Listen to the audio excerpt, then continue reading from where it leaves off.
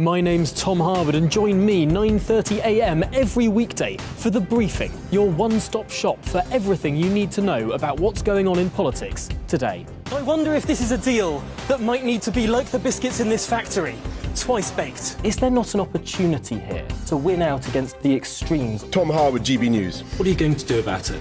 Things should have been done differently, and they certainly are being done differently. Don't miss it. The Briefing with me, Tom Harwood, 9:30 Monday to Friday on GB News.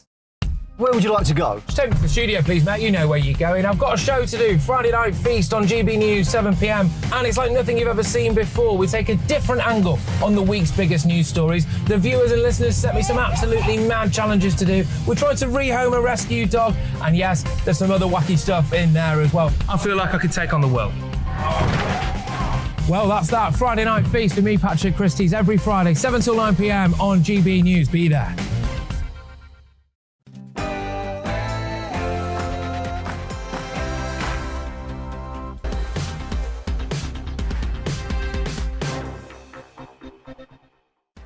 Hello there, yes, welcome to Brazier. I am Colin Brazier. No, not really, it's Patrick Christie's here covering for Colin today. It's nice to pretend though, isn't it? He's a very suave chap. He looks to me like the kind of guy who should be the next James Bond. But anyway, it's going to be fast-paced news from 4 until 6. And here's what we've got coming up, ladies and gents. We've got Boris Johnson. He says that G7 leaders remain united in their support for Ukraine in its fight against Russia's invasion of the country. The joint statement at the summit in Germany follows a number of Russian missile strikes on Kiev as well and other areas of Ukraine. That was all over the weekend. We'll discuss that with retired British Army officer Major General Tim Cross. I'd love it if my job title was Major General. I mean, that's the best job title anyway. But new figures suggest that Britain is now the fraud capital of the world. At least we've won something, ladies and gentlemen, with almost £3 billion a year lost to scams. The Office for National Statistics also says that just 1 in 7 frauds are actually reported to the police or action fraud. Specialist fraud lawyer Aaron Chowan will explain why the UK is facing a scam crisis. And this is a call-out, a social call-out to you, ladies and gentlemen, at home. If you're listening on your radio in your car or whatever, watching us online on YouTube, you can see us everywhere these days now. But if you are a victim of fraud or have experienced a scam, then make sure that you get in touch. GBViews at gbnews.uk. I want to hear from you. Obviously, you don't want to relive any horrendous experiences unless you particularly want to. But, you know, I want to see how widespread this is. I've been defrauded. I'll be giving you my stories, really, on that. And, of course, in the debate this hour, Boris Johnson says that he's actively thinking about a third term in number 10 as he faces criticism of his leadership. And asked, could Boris Johnson be Prime Minister for the next decade? Would you want him to? It certainly seems like the vast majority of you do, but is there a limit on its people? And with me for the next 2 hours, here we go. It's former Conservative advisor Claire Pearsall. Claire, thank you very much for joining me. Great to have you on the show. Yeah, lovely to be here. Yes, absolutely. Most women refuse to sit next to me for 2 hours a day, but you decided that you'd just do it anyway. I will do it for the nation. And you'll do it for the nation, doing our national duty. But first, we've got the latest news headlines with the wonderful Polly.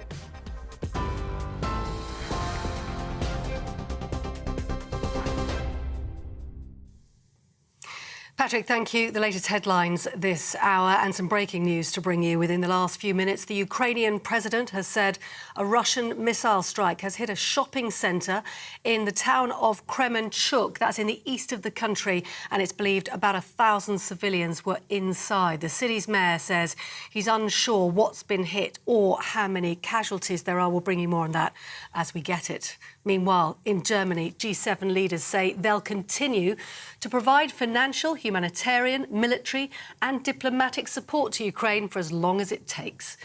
It follows the Ukrainian president asking for help with grain exports, reconstruction and military aid. EU diplomats say President Zelensky also wants to end the war before winter sets in. And NATO says it'll increase the number of its forces at high readiness from 40,000 to over 300,000. The Secretary-General, Jens Stoltenberg, confirmed to reporters ahead of a NATO summit in Madrid later this week. He also said he expects allies to state that Russia poses a direct threat to security and the rules-based international order. We will agree a strengthened comprehensive assistance package for Ukraine. This will include substantial deliveries of support in areas like secure communications, anti-drone systems and fuel. Over the longer term, we will help Ukraine transition from Soviet-era military equipment to modern NATO equipment, and further strengthen its defence and security institutions. Here, barristers have been gathering outside courts across England and Wales as thousands strike over legal aid funding. They're refusing to accept new cases or step in for colleagues whose cases are overrunning. Some Crown courts have been forced to run limited services with criminal trials and other cases postponed or rescheduled. We are losing people every single day. If we want people to do this job, and they want to do the job, they don't want to be here outside the court steps, they want to be inside a courtroom doing the job they do Monday to Friday all through the year. But the reason why they are protesting is because they feel they have no choice to bring the government's attention to how severe this crisis is. We have made it clear we are ready, willing and able to negotiate with the Ministry of Justice and with the Secretary of State. But I'm afraid to tell you that we've had the door slammed in our face. In other news today, a woman is dead and a man is fighting for his life after a gas explosion blew up a house in Birmingham last night. Authorities say 6 other homes were damaged in the explosion too, but no one else was seriously hurt. Neighbours say one man climbed over flaming debris and through rubble to reach one of the victims who'd been trapped inside a refrigerator.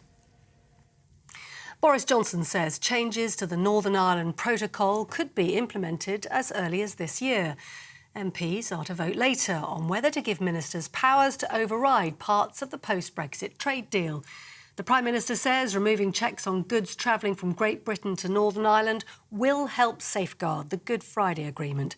Shadow Secretary for Northern Ireland Peter Kyle says Labour will be voting against the bill as it breaks international law. But DUP leader Sir Geoffrey Donaldson says he wants the bill to pass. If the bill gets through all its common stages intact, then obviously we will consider what steps we can take in response to that. And I want to see the political institutions up and running as soon as possible, but it has to be on a sustainable basis. We have made clear that getting decisive action on the protocol, addressing the harm that the protocol is doing to Northern Ireland is very important to rebuild the cross-community consensus that is essential for power sharing to work. And finally, the Queen has travelled to Scotland for a week for the royal family's traditional June break. Her Majesty took part in the ceremony of keys at the Palace of Holyrood House, accompanied by the Earl and Countess of Wessex. She was symbolically offered the key to the city of Edinburgh, then promptly returned it, in line with tradition, to be looked after by the city's elected officials. You're with GB News, more news as it happens. Now back to Brazier with Patrick Christis.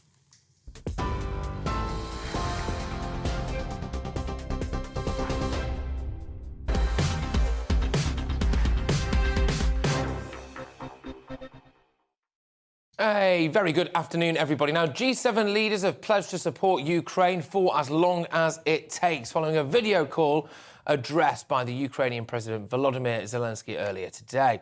Now, at the summit in Germany, the UK Prime Minister Boris Johnson said the, quote, price of freedom is worth paying when asked about the cost of helping to defend the country. And yes, our reporter Paul Hawkins is in Gomsh, which is very difficult to say, actually, covering the G7 summit. Paul, thank you very, very much. Rarely do I get the chance to speak to you twice in one day, but here we go. So, yes, what are the latest developments then? Basically, the West has pledged, essentially, to help Ukraine, do whatever it can. Yeah, absolutely that. And there will be a lot of horror and disgust here from the G7 leaders. We haven't had any official reaction yet, but we're expecting that probably within the next hour, one would have thought, to that missile attack by Russia on that shopping centre in Kremenchuk in Ukraine. Now, the official figures we have from this is from President Zelensky's office, so that 2 people have been confirmed dead and 20 injured. We know that 1,000 people, they say, were inside that shopping centre, which President Zelensky says pose no threat to the Russian army and no strategic value, and it will only really strengthen the resolve of the G7 leaders here. They'll say, look, this is why we need to stick together, this is why we need to keep backing President Zelensky and Ukraine in this war, and we need to stay the course. Remember, there were some voices that were saying, you know, perhaps it's time to start doing a deal with Russia, cede territory to Russia and try and bring an end to this war, but they're sticking with their support for the president, who gave an address earlier today via video link. He called for new anti-aircraft defence systems, also heavy weaponry. He's called for help in the reconstruction of Ukraine, also more sanctions for Russia, and he said that he wants the war to be over by the winter. Responding to that, we've already know that there are bans on the import of gold into the UK, the US, Russian gold into the UK, US, Japan and Canada. They're also looking at price caps on Russian oil, also potentially some sort of mechanism whereby the money raised from putting tariffs on Russian imports could potentially then be funneled to Ukraine to help with aid and reconstruction. So they're talking about a number of ways in which they can solve the Ukrainian Russia problem with Russia, and they're also hoping that in turn that will also help to revive the world economy. It's not the only reason that the world economy is in problems, of course. That's kind of supply side inflation, but it is one of the factors, and they're hoping that by supporting Ukraine in this war, they can hope to, and that's why President Zelensky says they want to bring it to an end by winter. Yeah, absolutely. Look, Paul, thank you very, very much. Another cracking job for us out there. Paul Hawkins there, of course, reporting from the G7. Important stuff going on there. We've kind of got the political angle on this now. So the call from the Ukrainian president for more support comes just hours after another attack after the Ukrainian capital city of Kiev was struck by missiles. Really shocking reports coming out of there. Tragically, though, of course, not too surprising. Things like kindergarten schools being hit and deaths of children, etc. But Mayor Vitaly Klitschko, he's the former boxer, by the way, said that the attack was likely an attempt to send a message to world leaders ahead of the G7 and NATO summits. But retired Army officer Major General Tim Cross joins me now for more of the military perspective on this, because we've already done the political one. Major General, thank you very much for joining me. So do you think this was an attempt by Vladimir Putin to send a signal to the G7? Because if he has, he sent a bad message, hasn't he? Because now they're teaming up on him. I'm not convinced that it would be anything thought through in that way, actually. I don't think there's any doubt that what Russia, well, clearly what they're continuing to do is to put pressure in the east on the Donbass, but they are also continuing to send a message that they can reach anywhere in Ukraine. And the bottom line is there is no sign of the initial objective changing from a Russian perspective, which is actually to take over the whole of Ukraine. So the ability to reach Kiev, to hit Kiev, and indeed to hit other places where they know, for example, NATO weapons are coming in, reinforcements of equipment and so forth, that they're doing that all the time. So it may be that they wanted to send a message today, but I personally don't think it's anything well thought out like that. Could this now, what's been decided at the G7, could it now actually almost provoke Putin? Could we find him now really starting to bombard Kiev and go, right, OK, I tell you what, I'm just going to roll all the tanks in all at once before they all team up against me? Well, I don't think he's got the ability to do that. I don't think there's any doubt we have to recognise that Putin's approach is difficult to think through. What they tried initially didn't work. It is moving pretty slowly in the east, but nonetheless, they are using, I mean, for example, they're using around 20,000 rounds of artillery ammunition every day in the Donbass, 20,000. And they are making progress. And there's no doubt that, in my view, they will secure the Donbass and the eastern provinces. Yeah, but what are they going to be what are they going to be securing? Is it just territory? Because it looks like they're about to level the whole place. Well, that's true. But they will secure the territory. They will secure those provinces. Now, we can have a conversation about how much of that is worth having, in inverted commas. But from their point of view, it is important. And it is important to both secure that and then maintain momentum, particularly along the northern shores of the Black Sea, put pressure on Odessa, keep pressure on Kiev, keep the political pressure going. And why do I say that as much as anything? It's because we know that this autumn and winter, there are going to be huge pressures on the West in terms of energy. The German Deputy National Security Advisor said the other day notwithstanding what they've just been saying at the G7, that what they need to concentrate now is future relationships with Russia. I think the whole business of the West holding firm for a long period of time is still, in my mind, pretty suspect. And from a military point of view, we will continue to support them. We will continue to provide equipment. But actually, some of these complex weapon systems we're running out of. They take a long time to replace. And actually, if it is true that Putin wants to get Ukraine and then kick on, if he realises that people like Britain have used up a huge amount of their resources in Ukraine, which is a war that he has then gone on to win, he has managed to weaken more than one opponent, hasn't he? Very, very quickly, before I start getting shouted at, do you think that Zelensky will make it out of this alive? Very quickly. Yes. Yeah, I think he will. And I think he will hold Ukraine together. And therefore, when it comes to negotiations, he will be in a fairly strong position. Good stuff. Look, Major General, thank you very much. Major General Tim Cross there, former British Army officer. Well, she's been sat here very patiently the whole time. Claire joins me now. Well, what do you make of the firstly, the G7 promises for basically countries to stick together, try to help the Russians then, to help the Ukrainians out with weaponry, etc. Claire Purcell, your thoughts? Well, I think it's really important to hold firm. But what the Major General just said is, how long can you consider doing that? We're running out of equipment to send them. We've got our own armed forces to look after. So you do wonder quite how that can be continued. And the US are also looking to put quite strict caps on defence being shipped over to Russia so that they can't, all those supply chains, they're replacing all of the ammunition and all of the hardware that they've got. So you do sort of think if those supply chains are going to get stuck, they're not going to go to Russia for obvious reasons. But are they going to be allowed to be sent to us? How can we afford to keep reimbursing? Well, this is one of the big questions, isn't it? And I think it's only going to get louder, the clamour about this, which is that are we continuing to do the right thing by sending a lot of things to Ukraine? Should we maybe be doing a bit more at home? It's not quite the old charity starts at home phrase, is it? But it's not too far off. What do you think about that?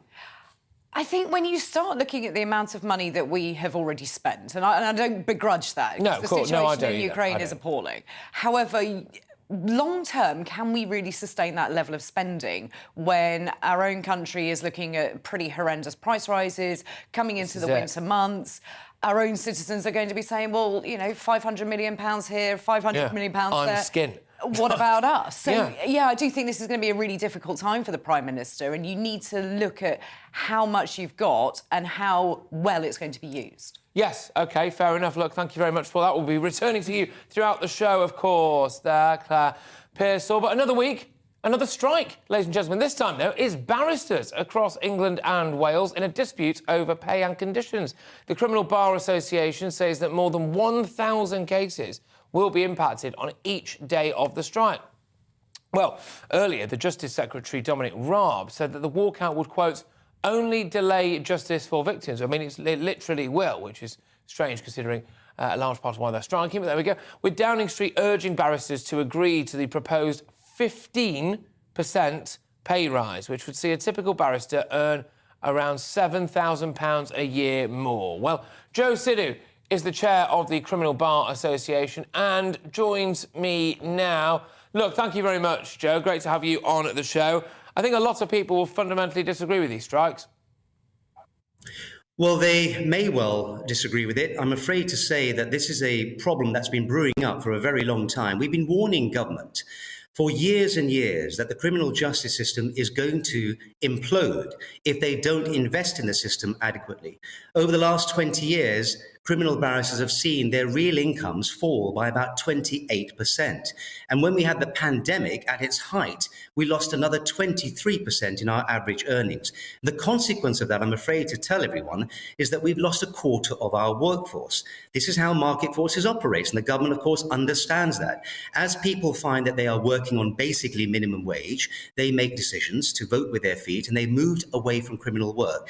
Just to give you an idea of the impact of that, Last year, 567 trials in this country had to be adjourned at the very last moment with massive inconvenience to witnesses, to victims, to defendants, all because the courts could not find enough prosecutors and defenders to do those cases. And we cannot live in a system where we don't have enough men and women to prosecute and defend cases. Otherwise, what will happen is victims will go without justice, and those delays that all of you know about, because they've been going on for years, I will find carry that on. amazing. I find this astonishing because I actually trained to be a lawyer and I was going to go down the barrister route. And it does seem to me anyway, like, you know, most universities are stacked full of people who want to go into law and stacked full of people who want to be barristers. And, of course, you can Google how much a particular profession earns and you can talk to people within the profession as well. I just find it amazing that you're saying that you've got such a crisis, really, because the pay isn't too bad, is it? It's appalling for junior barristers. I'll explain it in this way, perhaps. But aren't they supposed to go in it for the passion? Are they just junior barristers, they only go into it for the money, do they? Not at all. Most junior barristers come into this not because of the money. No one would want to do criminal legal aid work because they want to get rich. It doesn't work like that.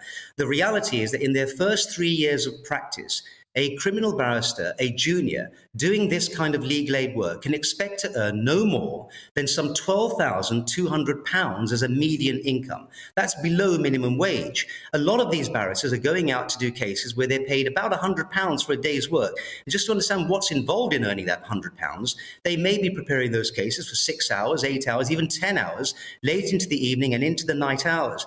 And then what happens is they go to court the next day, spend the whole day there, travelling backwards and forwards at their own expense. And many of these barristers are finding that by the time they get to the end of the day, they've got less money in their pocket than they started with. So what we've said to the government is this: the government is only recommending that we have a 15% increase because of an independent review. But what the government's not telling the public is that Sir Christopher Bellamy, who in fact was the chair of that review, said very clearly that the 15% is a minimum, not a maximum, and it should be paid straight away. Neither of those things have happened. What the government said is you can wait for your money until the autumn. In reality, that means that because there's a 60,000 case backlog in the system at the moment, we won't be paid on those cases for upwards of 2 years. Now, we're losing a quarter of our workforce in the last 5 years.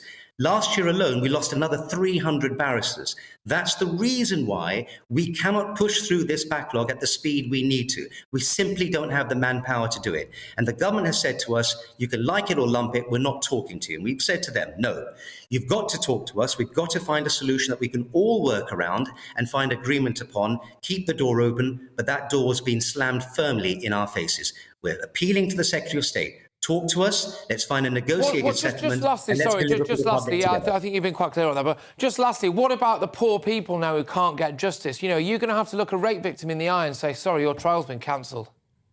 Those same people, the victims who have been abandoned by the government, are waiting currently, before we took any action at all, upwards of 4 or 5 years to see the inside of a court because of that backlog. That's the fault of the government. That's not our fault. Of course, we're concerned about the victims. There are criminal barristers who prosecute cases on behalf of victims and those who deal with the defence side as well. We're very conscious of the impact of this, but there's no other way we can get our message across to government that you've got to understand this is a national crisis that requires an emergency solution. So open the door to negotiations and let's get round a table. All right, good stuff, Joe. Look, thank you very much. And, yeah, it's nice to have a bit of back and forth as well. Joe Siddy there, of course, the chair of the Criminal Bar Association. Good stuff, that. Enjoyed it. Thank you very much. Well, what did you make of that, Claire? Claire Percival joins me now, of course. Where are you on this?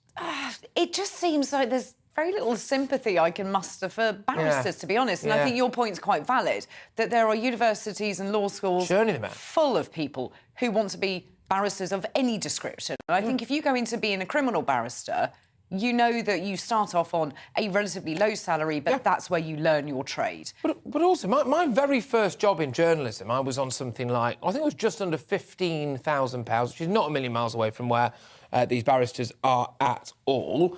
And I was working huge hours because I wanted to try and break into the industry and make my way into the industry, really. And look, obviously, you know, I'm very grateful I'm doing all right now, of course. But, I mean, why should barristers be special? You work hard for not a lot of money early doors and work your way up. Well, exactly. And that's why I don't disagree. I started off in politics on a salary that's not dissimilar, because you have to start somewhere and you have to learn and you have to progress. And that, luckily I have, and I'm really, really grateful for that, just as you are.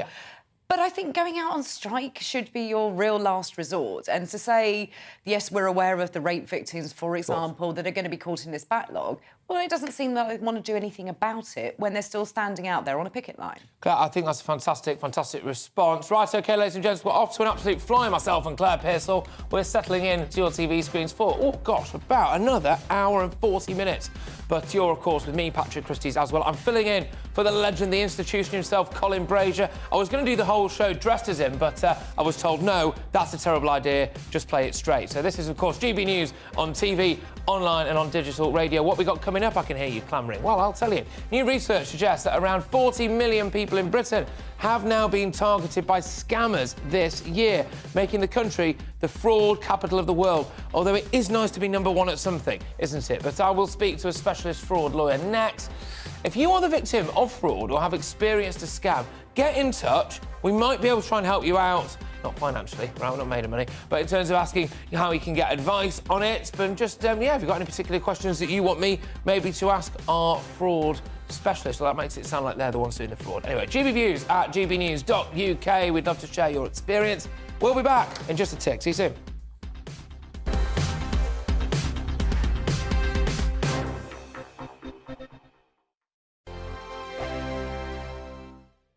We are GB News. We're right across this great nation. On TV. On radio. On digital. Absolutely everywhere. We don't talk down to you. We embrace all voices with honest and civilised conversation. We are not part of the establishment. We're one of you. And we're only getting started. Join us on GB News, the People's Channel, Britain's news channel.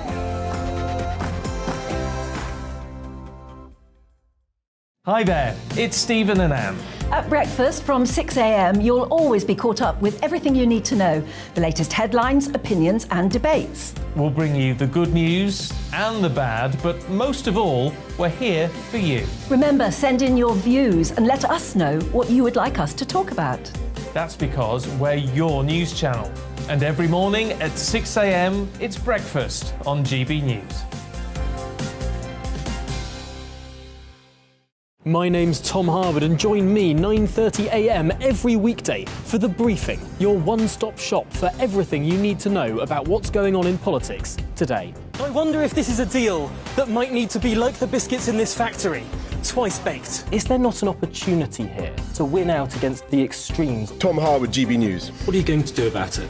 Things should have been done differently, and they certainly are being done differently. Don't miss it. The Briefing with me, Tom Harwood, 9:30 Monday to Friday on GB News.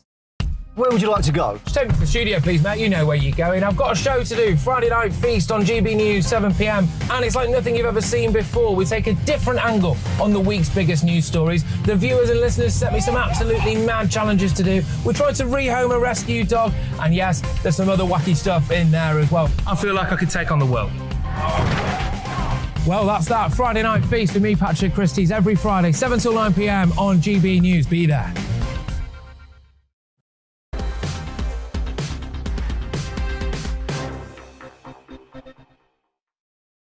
Welcome back, you wonderful people. You're with Patrick Christys right here on GB News, on TV and on radio, and of course online. Now, new research suggests that Britain has become the fraud capital of the world, with losses through scams rocketing to almost £3 billion a year. Staggering stuff, isn't it?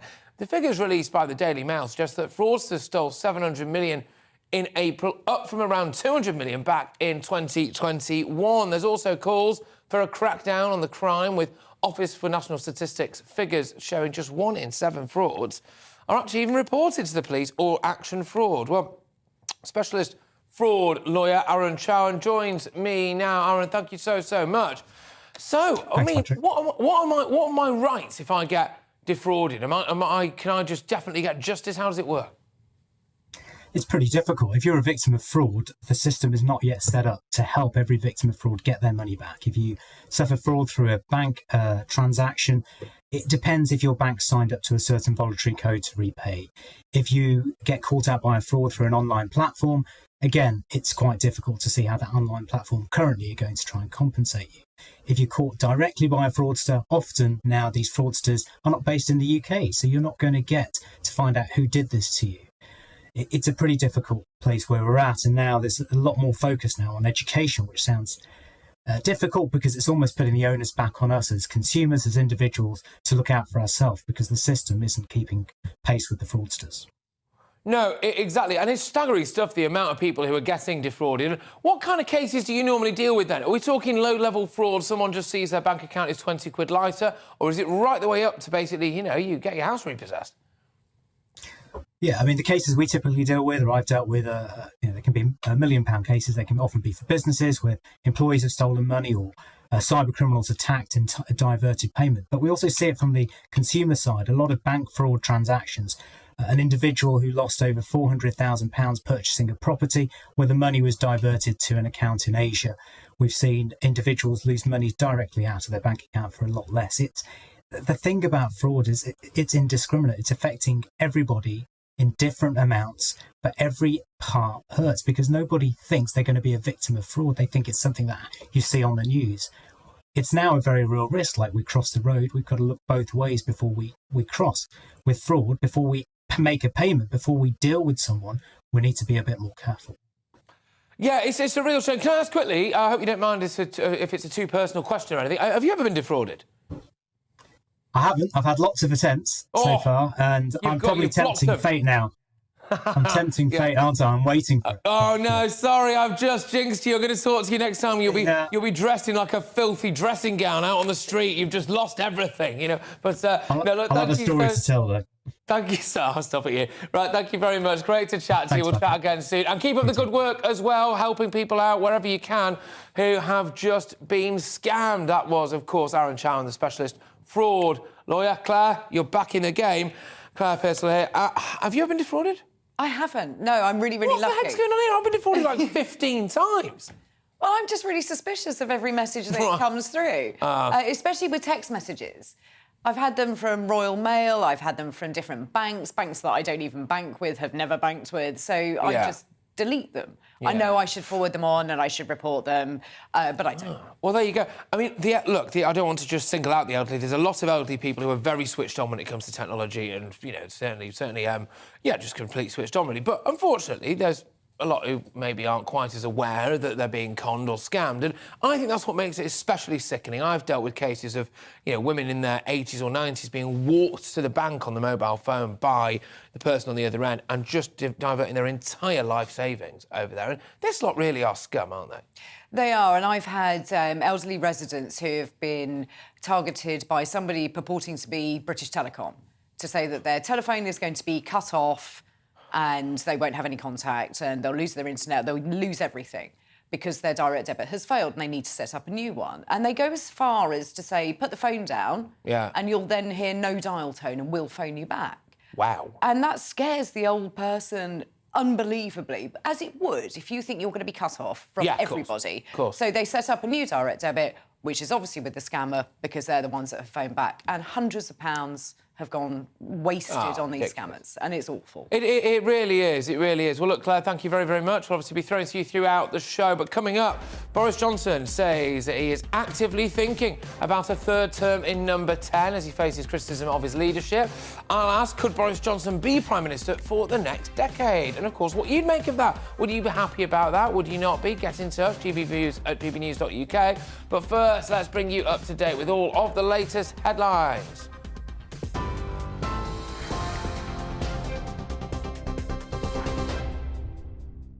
Patrick, thank you. Good afternoon. At least 2 people have been killed and 20 more injured in a Russian missile strike on a shopping centre in central Ukraine that reportedly had 1,000 people inside. A senior official says 9 are in a serious condition following the attack in the eastern city of Kremenchuk. Meanwhile, G7 leaders say they'll continue working together to meet Ukraine's need for defence equipment. President Volodymyr Zelensky is also asking for help with grain exports, reconstruction and military aid. And NATO is boosting the number of its forces on high readiness from 40,000 to over 300,000. The Secretary-General, Jens Stoltenberg, confirmed the move ahead of a summit in Madrid this week. He expects allies to agree that Russia poses a direct threat to security and the rules-based international order.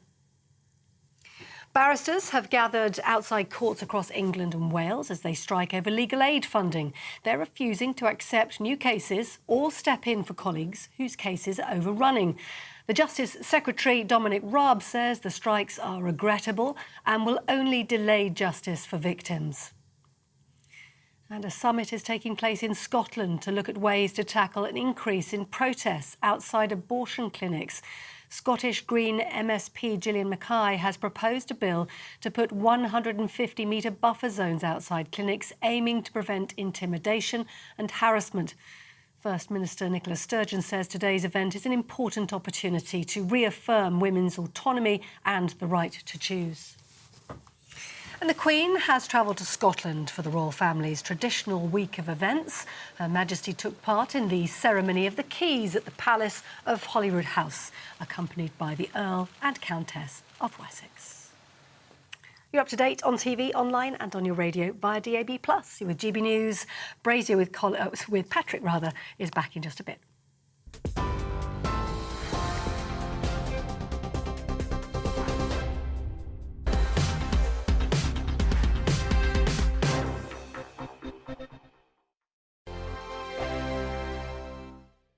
We are GB News. We're right across this great nation. On TV. On radio. On digital. Absolutely everywhere. We don't talk down to you. We embrace all voices with honest and civilised conversation. We are not part of the establishment. We're one of you. And we're only getting started. Join us on GB News, The People's Channel. Britain's news channel.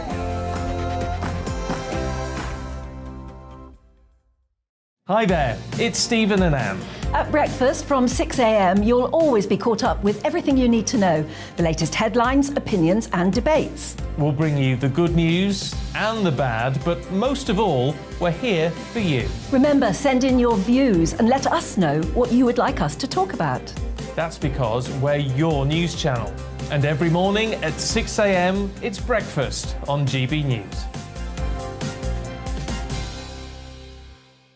My name's Tom Harwood and join me 9:30 a.m. every weekday for The Briefing, your one-stop shop for everything you need to know about what's going on in politics today. I wonder if this is a deal that might need to be like the biscuits in this factory, twice baked. Is there not an opportunity here to win out against the extremes? Tom Harwood, GB News. What are you going to do about it? Things should have been done differently, and they certainly are being done differently. Don't miss it. The Briefing with me, Tom Harwood, 9:30 Monday to Friday on GB News.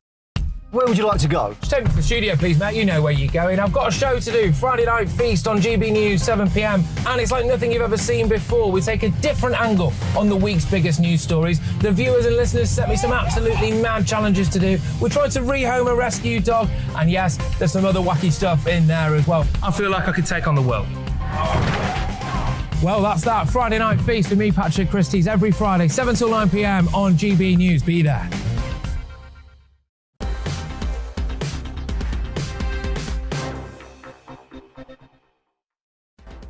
Afternoon all, this is GB News. You're with Patrick Christie's on TV, online and on digital radio. Now, the top stories this afternoon are: the Ukrainian President Volodymyr Zelensky has told the G7 summit that he wants Russia's war in Ukraine to end before the winter sets in.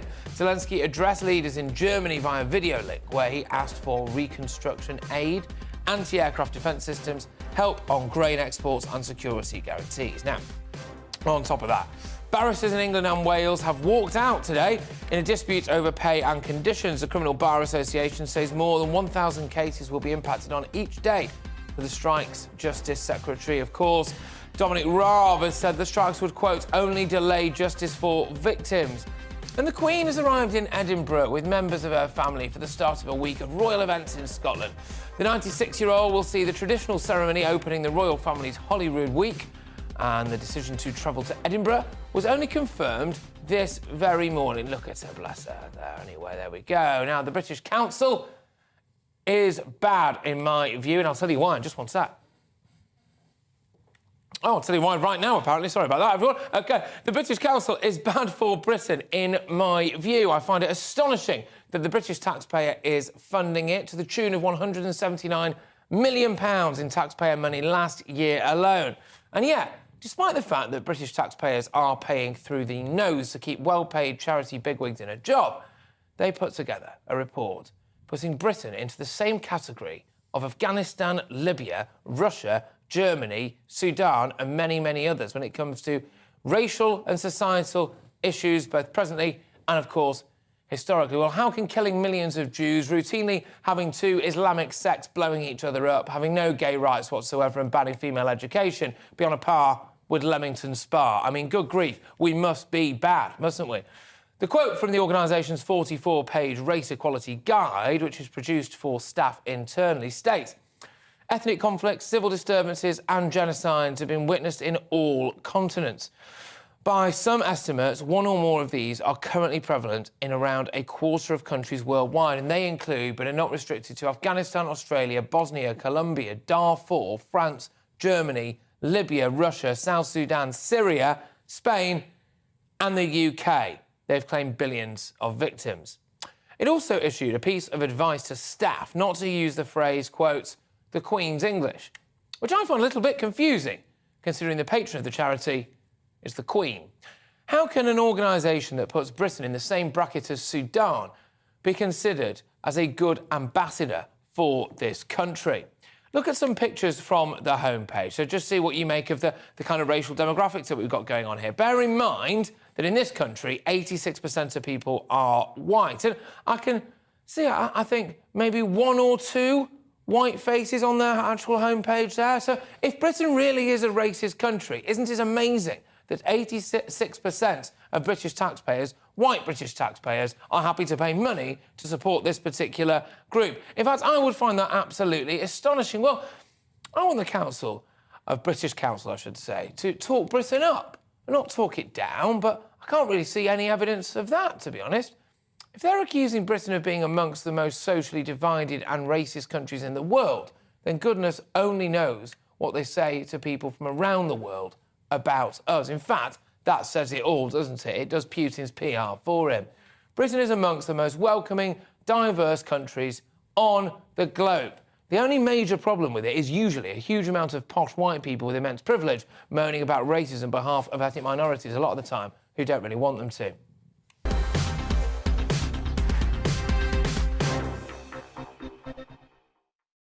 Claire's back. Your reaction to the British Council? I think you and I have spoken previously about these organisations taking money from the taxpayer and then hitting the government, the country and everything else, which isn't, you know, it's not great, is it? If you're going to take money from the taxpayer, then I think you need to put it in a much better light. However, I quite like the fact of a report. I think it's really interesting to see the breakdown. But this is one of the most welcoming countries, I would say, in the world, given how many refugees we take in, how welcoming we are, how diverse our communities are. My child goes to school with mainly Gurkha children. So he is probably in a minority in his school, but they actually just don't notice. They don't care particularly about what they look like and who they are. No, exactly. So, you know, I think that perhaps we get hung up on these things a little bit too much. And I worry that we obsess about it too much and then maybe even try to kind of overcompensate in some senses as well. I mean, if you just looked at the website for the British Council, by the way, there's nothing wrong with this, it's just an observation, right? It's just a complete observation, I'm just saying, that if you clicked on that, you would be forgiven for thinking that Britain was a majority non-white country. And there's a lot of that going about at the minute, I think. I think it's important to show the diversity that we do have. It's really, really important to do it. So I don't blame them for having that on their homepage, because wouldn't we be looking at them saying, well, why are there any white people? No, I get that. So, I think it's a little bit uncomfortable to have everybody, try and have everybody represented just makes it look clumsy. If you have one or the other, then somebody's going to complain about it. And I think that they need to back up all of this research to suggest that the UK is in the same bracket as the Taliban. Well, how can that on earth be? What are they using for that particular point? What kind of evidence did they have that we are as bad as the Taliban? Because there can't be any, right? There can't be any evidence that we are, as a nation, as bad as the Taliban. I mean, you know, gay people will get thrown off buildings, women literally can't get an education now, there seems to be car bombs every week, all this stuff. I mean, it was a terrorist hellhole, it still is. And yet, we are in that same list which I find a bit strange, really, don't you? And it's the same with somewhere like the Sudan or Russia. If you oppose the government, then you are normally sort of, you disappear off the face of the planet. You don't have that in the United Kingdom. You have your freedom of speech, which is what we all support. So I think this is a really, really broad brush that they have put out there, and I don't agree that we should be paying for it. No, especially not to the tune of something like 173 million quid a year. But last night there was actually a statement by the British Council spokesman, which said the document is a resource for staff that sets out our approach to race equality, explaining that no country in the world is immune from instances of racism, including the UK. Well, yes, OK, that is absolutely fair enough. Of course it is. I think it was maybe... Well, I hope this was just a poorly worded document and not something that people actually genuinely really think about Britain being in the same bracket as Afghanistan, right?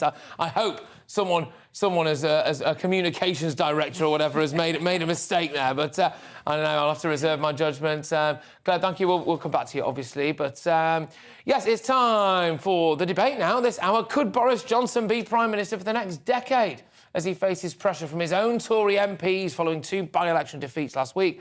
The Prime Minister has said he is actively thinking about a 3rd term. There we go. During an interview where he was asked if he would like to serve a full 2nd term in office to 2028 or 29. This is classic Boris, isn't it? Well, I'm already thinking of a 3rd term, actually. And it'll be a world-beating 3rd term. Anyway.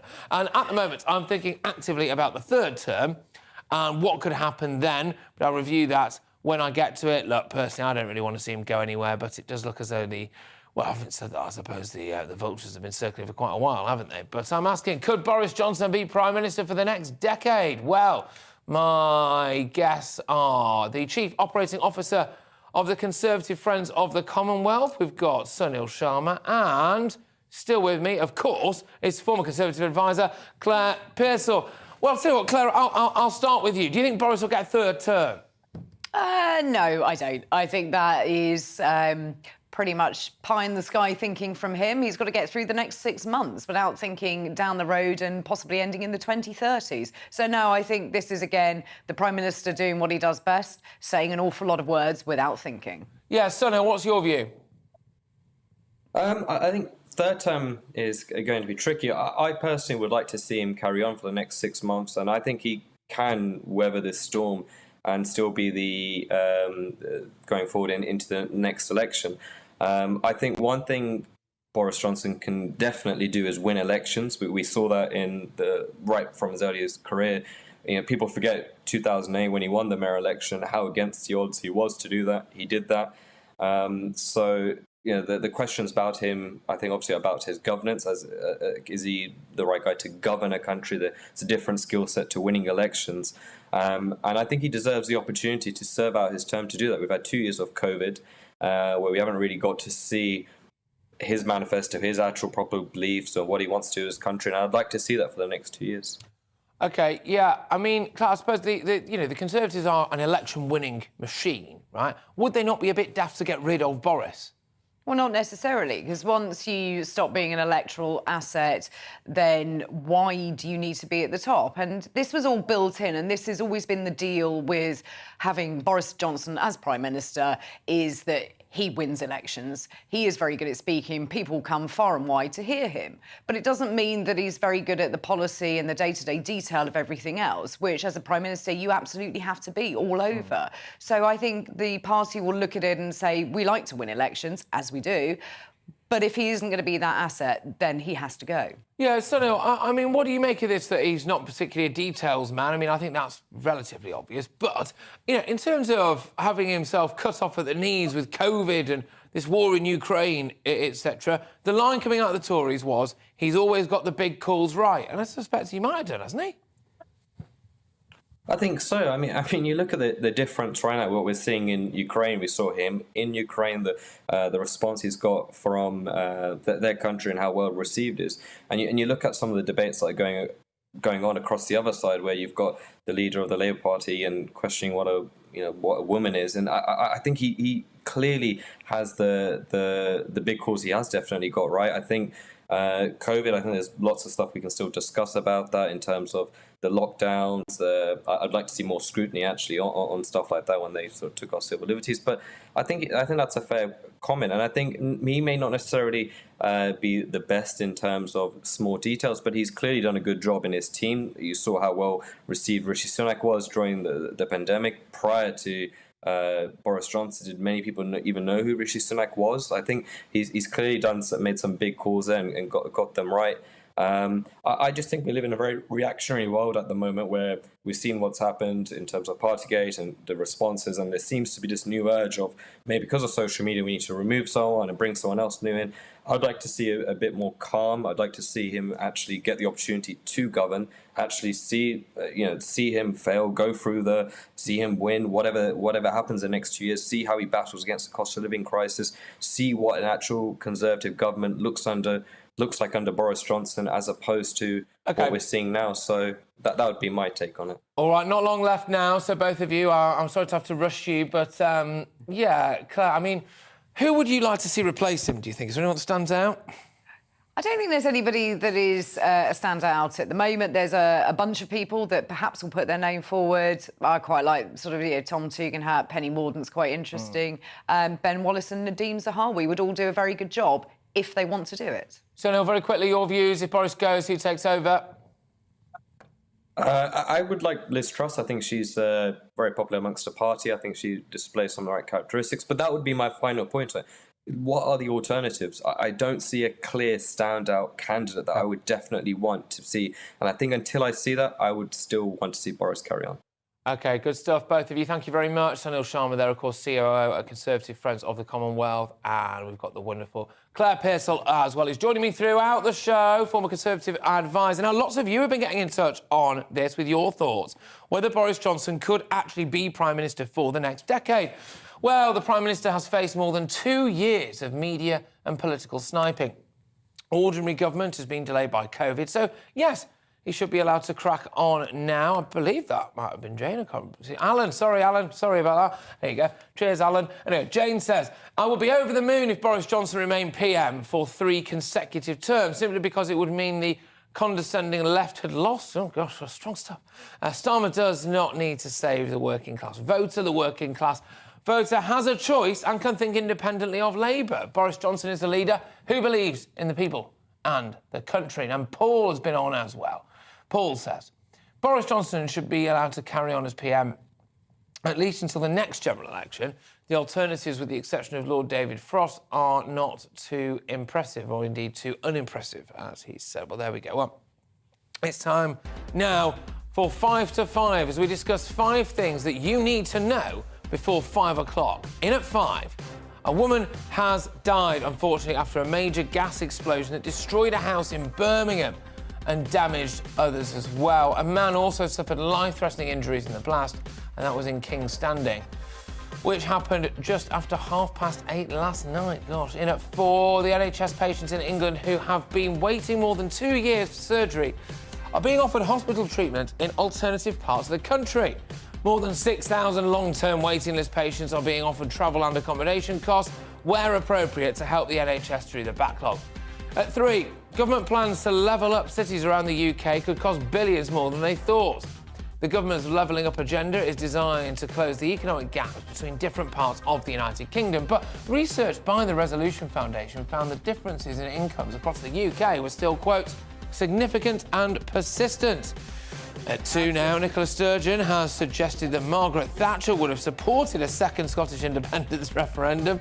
Tomorrow, the Scottish First Minister will outline her plans for holding a second ref. And now at 1, drivers have been urged to be careful when listening to some of the most popular driving songs, as they can lead you to have an accident.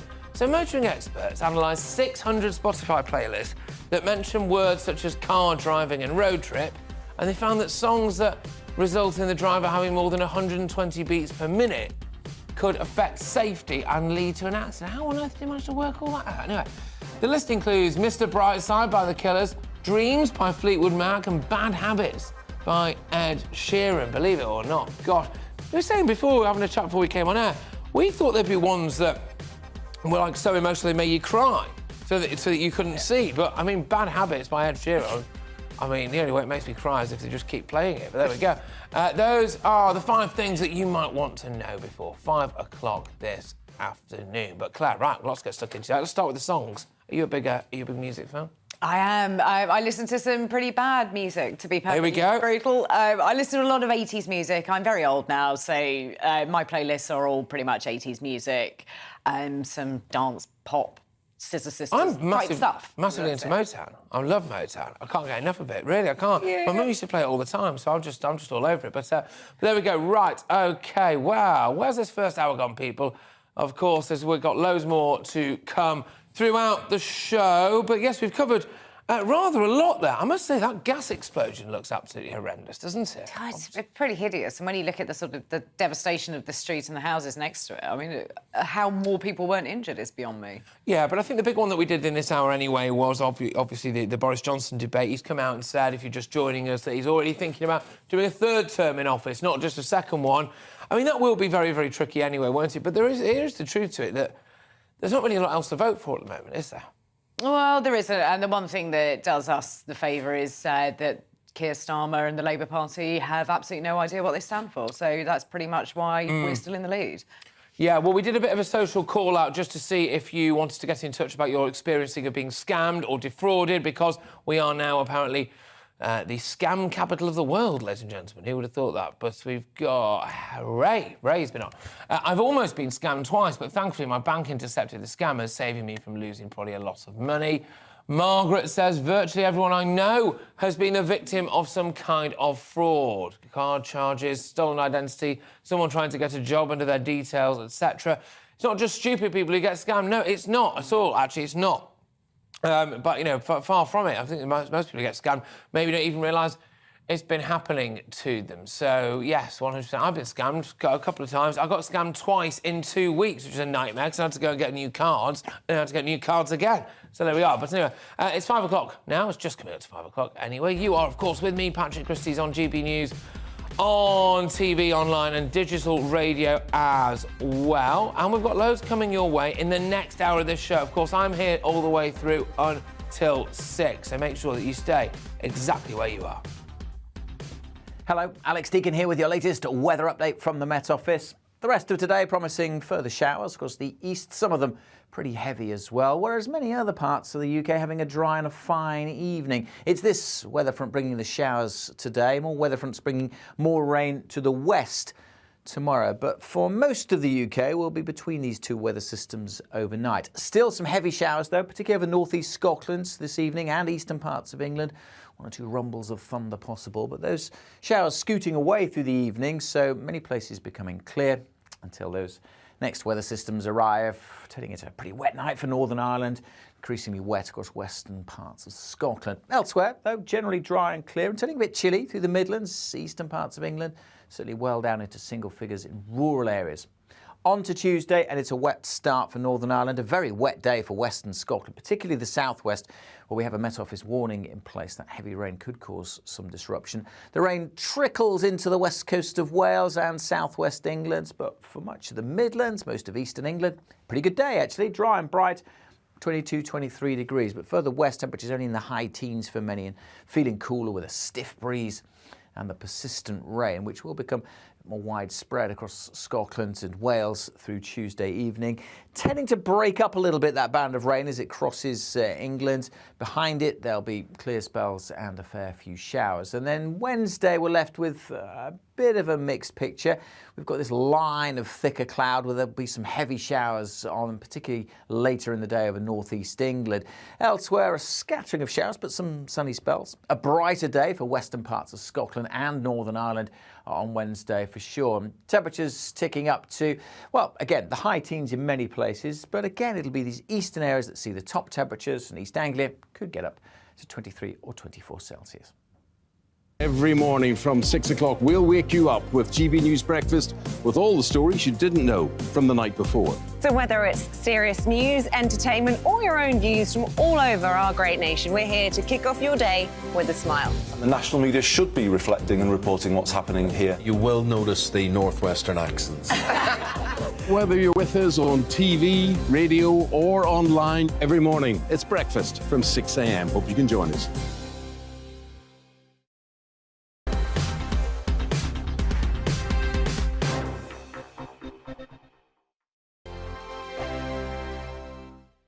We are GB News. We're right across this great nation. On TV. On radio. On digital. Absolutely everywhere. We don't talk down to you. We embrace all voices with honest and civilised conversation. We are not part of the establishment. We're one of you. And we're only getting started. Join us on GB News, the People's Channel. Britain's news channel.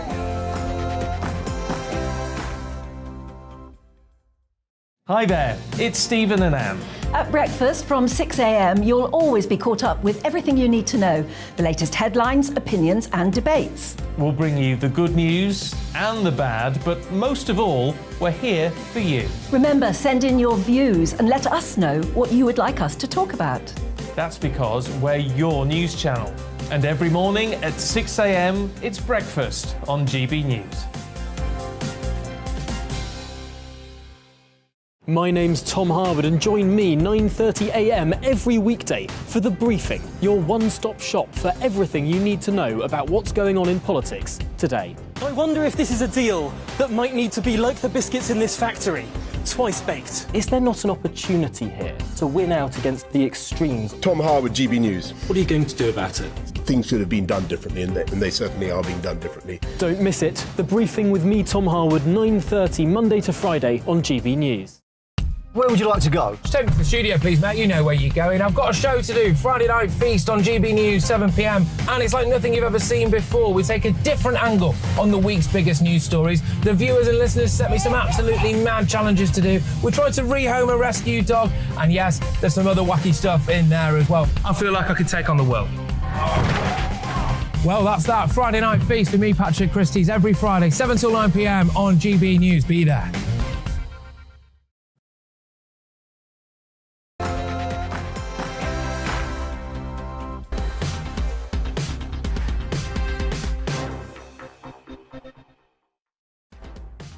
Hi there, welcome to Brazier. I'm Patrick Christie's covering for Colin today as an audition to become the next James Bond. But coming up live at 5, a G7 clash between Boris Johnson and the US President Joe Biden as the Prime Minister calls on leaders to temporarily cut the amount of grain produced for biofuels, claiming that the process is pushing up the cost of food, a policy Joe Biden wants to block. The thoughts of Harry Wilkinson from Net Zero Watch in just a few moments, and the latest from the G7 summit in Germany with our reporter Paul Hawkins as well. Is the British work ethic at risk of extinction? That's what I want to know. Online groups are calling on the so-called TikTok generation to quit their job when times get tough. So I'll ask, are young Brits losing their work ethic? And a football shirt ban, a 6 boozy drink a day policy. Just some of the new restrictions that Spain is introducing to curb tourist bad behaviour. So, could we learn a thing or two from this? I want to hear from you. What would you ban from British beaches? Email me, gbviews@gbnews.uk. And with me for the next hour, of course, we've got the fantastic former Conservative advisor, Claire Pearsall. And though first, we're going to get you all of the latest headlines. Don't go anywhere.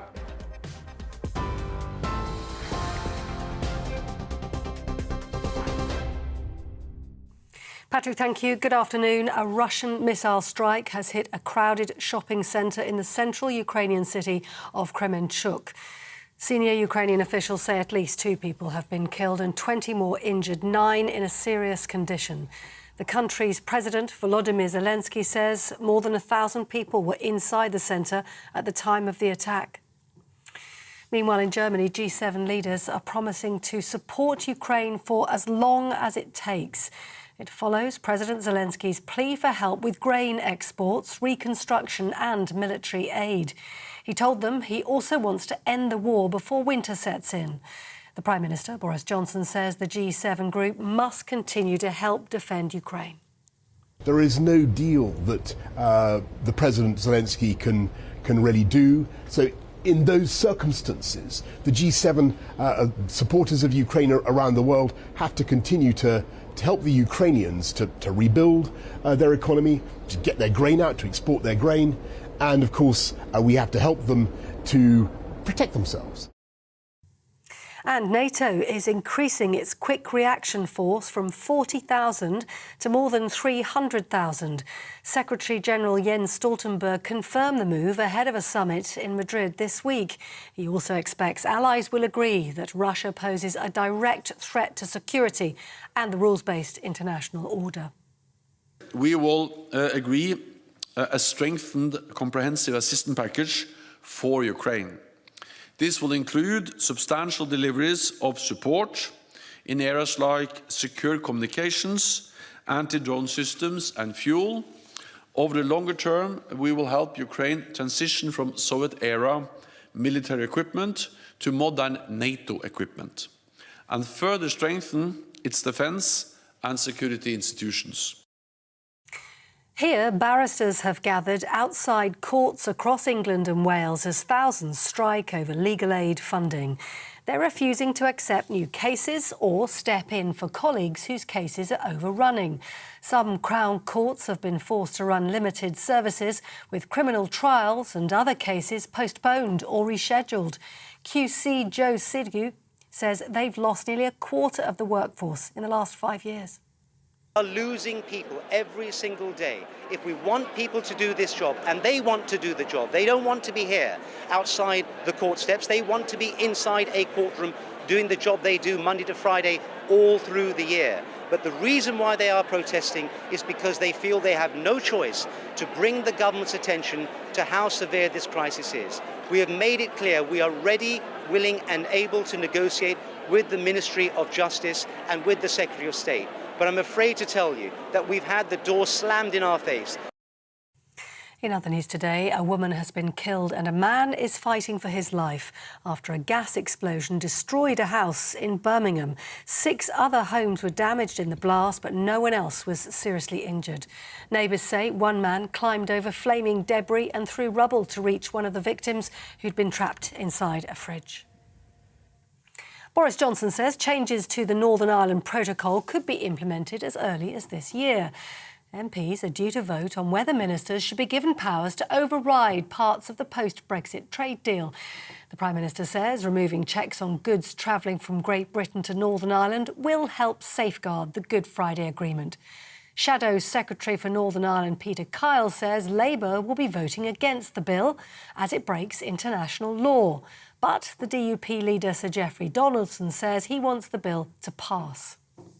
If the bill gets through all its common stages intact, then obviously we will consider what steps we can take in response to that. And I want to see the political institutions up and running as soon as possible, but it has to be on a sustainable basis. We have made clear that getting decisive action on the protocol, addressing the harm that the protocol is doing to Northern Ireland is very important to rebuild the cross-community consensus that is essential for power sharing to work. And finally, the Queen has travelled to Scotland for a week with the royal family's traditional June break. Her Majesty took part in the ceremony of the Keys at the Palace of Holyrood House, accompanied by the Earl and Countess of Wessex. She was symbolically offered the key to the city of Edinburgh, then promptly returned it in line with tradition to be looked after by the city's elected officials. You're up to date on GB News. More news as it happens. Now back to Brazier Today with Patrick Christis.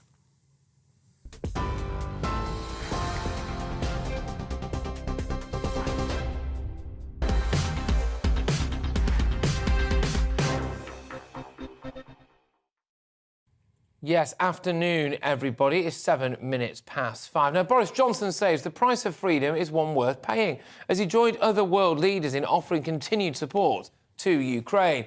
Speaking from the G7 summit in Germany, the Prime Minister argued that letting Russia get away with invading Ukraine would be, quote, chilling for the consequences and, of course, lead to instability as well. Now, Johnson has previously criticised the UN's suggested response to the Russian blockade of seaports as being insufficient, warning that Putin's actions could cause an international famine due to shortages of critical crops such as grain. Here's what he's had to say this very morning. The logic of the position is still so clear. There is no deal that the President Zelensky can really do. So in those circumstances, the G7 supporters of Ukraine around the world have to continue to help the Ukrainians to rebuild their economy, to get their grain out, to export their grain. And of course, we have to help them to protect themselves. And that's what we're going to continue to do.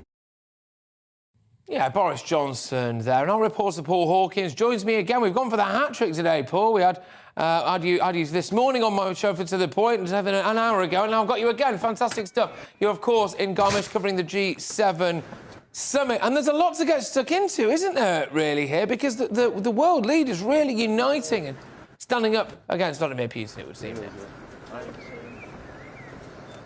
That's absolutely correct. Yeah, they're united. That's what Boris Johnson and Joe Biden have called for in dealing with the Ukraine-Russia conflict, continuing to back Ukraine, and that's what's happened.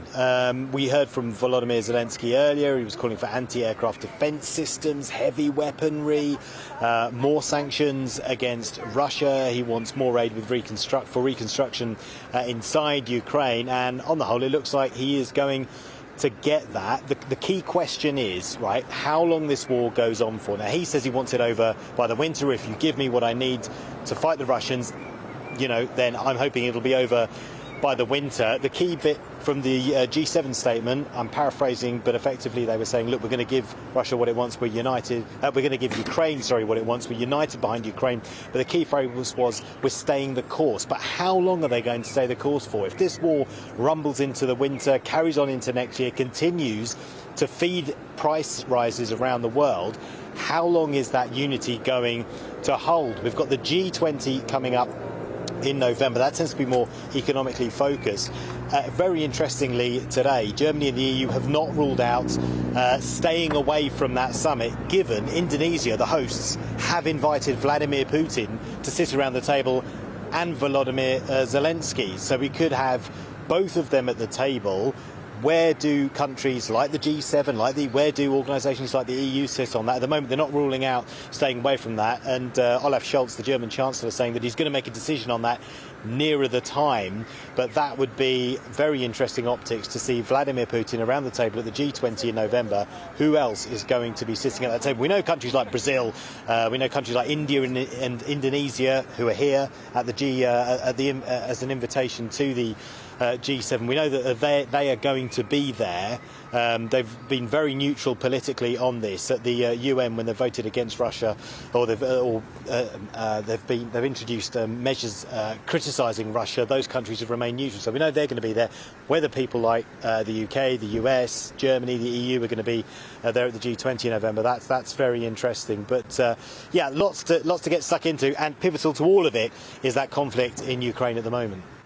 No, absolutely, Paul. Good stuff, that. Thank you very, very much. Paul Hawkins there for us, actually in Germany at the G7 summit. And there really was a lot to get stuck into there. I mean, the optics really there of having Putin and Zelensky sitting on the same table. I can't necessarily see it happening personally, but I'll get the thoughts of Claire Pearsall very, very shortly. But just away from the united fronts of Ukraine, there's reports of a rift building between the Prime Minister Boris Johnson and the President of the United States, Joe Biden. Although we're reliably informed, Joe Biden can't remember what it was all about. Anyway, the UK Prime Minister wants G7 leaders to repurpose land currently used for crop-based biofuels to grow food instead and help ease soaring food prices. But Biden reportedly is looking to move the bloc to move away from green fuels in a bid to protect US farmers and to avoid jeopardising climate commitments. Interesting stuff. Well, joining me now is the Head of Policy at Net Zero Watch. It's Harry Wilkinson. Harry, thank you very, very much. So how serious is this potential rift between our Prime Minister and the President of the United States? Well, this is a profound moral issue here. The use of biofuels around the world, and that's turning over millions and millions of acres of land from food production to the production of energy crops. And what that's doing is pushing the price of food higher than it would otherwise be. Now, when we're seeing an unprecedented crisis like this with the situation in Ukraine, that's holding up millions of tons of grain in the port of Odessa and elsewhere that can't then be sold onto global markets. And that means food prices are rapidly rising at the moment. And unless that we can actually increase food production elsewhere, we are going to see millions of people potentially starving in the coming perhaps 2 or 3 years. So if we don't act, the consequences could be dramatic. Do you think that those pushing for a big green agenda, though, are basically willing to kind of let people, starve to death in order to try to get to net zero? This shows how brutal the decarbonisation agenda can be. It doesn't surprise me wholly that Biden is taking this line, because millions of farmers in the United States rely on these subsidies for their economic livelihoods. So this would be painful for those farmers. There's no doubt about that. And so Biden is standing up for them at the present moment. But it's going to be much more painful for the people starving because they can't afford food. So Boris is on the right side of this. I hope Biden listens to him and actually realizes this isn't a difficult question. It's going to be hard for those farmers, but actually it's the right thing to do. OK, Harry, well, look, thank you very, very much. Great to have you on the show, as ever. Harry Wilkinson there, Head of Policy at Net Zero Watch. I'm going to whiz you over now to Claire, who's been diligently sitting here listening to every word of every single one of my guests and sometimes nodding, sometimes shaking her fist. But where are you on this, then, do you think? I think that Boris Johnson is right. And I don't say these words lightly. I'm his harshest critic most of the time, but I do think he's right on this. And you need to have some flexibility when you're in the middle of a crisis, and to just go after the net zero agenda when people are going to starve is a ridiculous set of circumstances. So I think he's right to have a look at, putting those fields back into the use of food, because the grain isn't coming out of Ukraine. And I've seen the boats, the ships, sitting in the Black Sea when I was in Istanbul a couple of weeks ago, waiting to go up and down the Bosphorus. They're stuck. All of these sanctions are in place and people are going to suffer. So this net zero agenda needs to be put on the back burner, if you pardon the very bad pun on that one, and look at what is going to affect people right now. Well, this is it. I mean, the duty of care should always be towards the preservation of your citizens' lives, shouldn't it, really? And if you've got something there where, it's going to essentially starve them out, then that something has to very much be done about it, doesn't it? But, yes, Britain is facing another walkout this week. That's right. This time it's the barristers across England and Wales in a dispute over pay and conditions. Well, the Criminal Bar Association has said that more than 1,000 cases will be impacted on each day of the strikes. And earlier, the Justice Secretary, Dominic Raab, said the walkout would only delay justice for victims. And clearly it will, because court cases won't take place, etc. This is the second strike in as many weeks after the RMT walked out last week, causing chaos on Britain's travel network. There's also threats from teachers and a planned strike of BA staff at Heathrow. All of this, of course, over pay. So, can we afford to give everyone a pay rise? OK, so the Chief Operating Officer and Energy Analyst at the Institute of Economic Affairs, Andy Mayer, joins me now. Andy, great to see you again, my good man. So if we want to give everyone a pay rise, like the barristers want 15%, I think they might have been offered 15%, actually. You got, nurses wanting something like 13%, etc. I obviously saw the RMT. Can we actually afford that as a nation? Well, the very simple answer to your question is clearly not. It's a limited pot of money that the government has to play with every year. We can always borrow money from the future, which essentially amounts to borrowing today from future generations of taxpayers. But that does have to be paid back eventually. So it's a very short-term solution, if a solution at all, because if you do that, it adds to the general climate of inflation and increases the prices everywhere. I mean, you have to separate the general picture from the individual picture of different pay disputes. So with the barristers, for example, their central claim is that criminal barristers, particularly junior ones, have been underpaid at a very low level for a very long time, such that some of them can't afford to stay in the industry, and they're very worried about their ability to provide justice to the entire criminal justice system if that situation persists. The pay review that they had partially agrees with them and recommended 15%. They're claiming 25%, and the strike is happening because of the difference between those two positions. Personally, I can't take a view on which of those is right, but the government clearly is wanting people to show pay restraint at the moment so that it can avoid the problem where wages add to the cost of living crisis by creating a wage price spiral. If we look at the RMT dispute, it's a much more difficult picture. The RMT do have a point, which is that what the government has offered, or rather the rail companies have offered, and the government says nothing to do with them, but actually the minister has some influence over what criteria under which the rail companies can operate. What they've been offered is about 2%. And when the private sector is offering 7%, which the rail companies consider themselves to be a part of, that does start to look very odd. But a lot of rail workers could be considered to be overpaid for the jobs they're doing because it's quite a protected industry. The RMT and their members have a lot of bargaining power because of their ability to cause harm to the rest of us. And it's just a difficult situation to which there is no obviously right answer. Only one, that going on strike seems to be the most difficult and damaging way to behave, and creates a climate of militancy where everybody presumes they can get richer at the expense of everybody else. Yeah, I mean, I'm massively concerned that we've kind of pressed the trigger on this now, and we've pulled the lever to a summer of discontent. Having said that, as someone who's used to the Mancunian weather, I'm used to a summer of discontent. But yeah, do you think this is going to pave the way now for more widespread strikes? If it works, it will. I mean, the RMT's track record is they're militant because militancy pays off for the RMT. The rail companies have always taken the line of least resistance, which is giving in to their demands, because it's a lot easier to do that than to go through a protracted dispute. If the government is nudging them to say, well, actually, this just isn't good enough, you've finally got to lay down the line and say, no, this industry is in decline.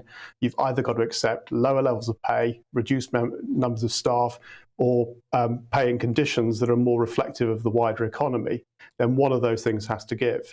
The RMT don't have to agree with that, but at some point, somebody's going to win or lose this dispute.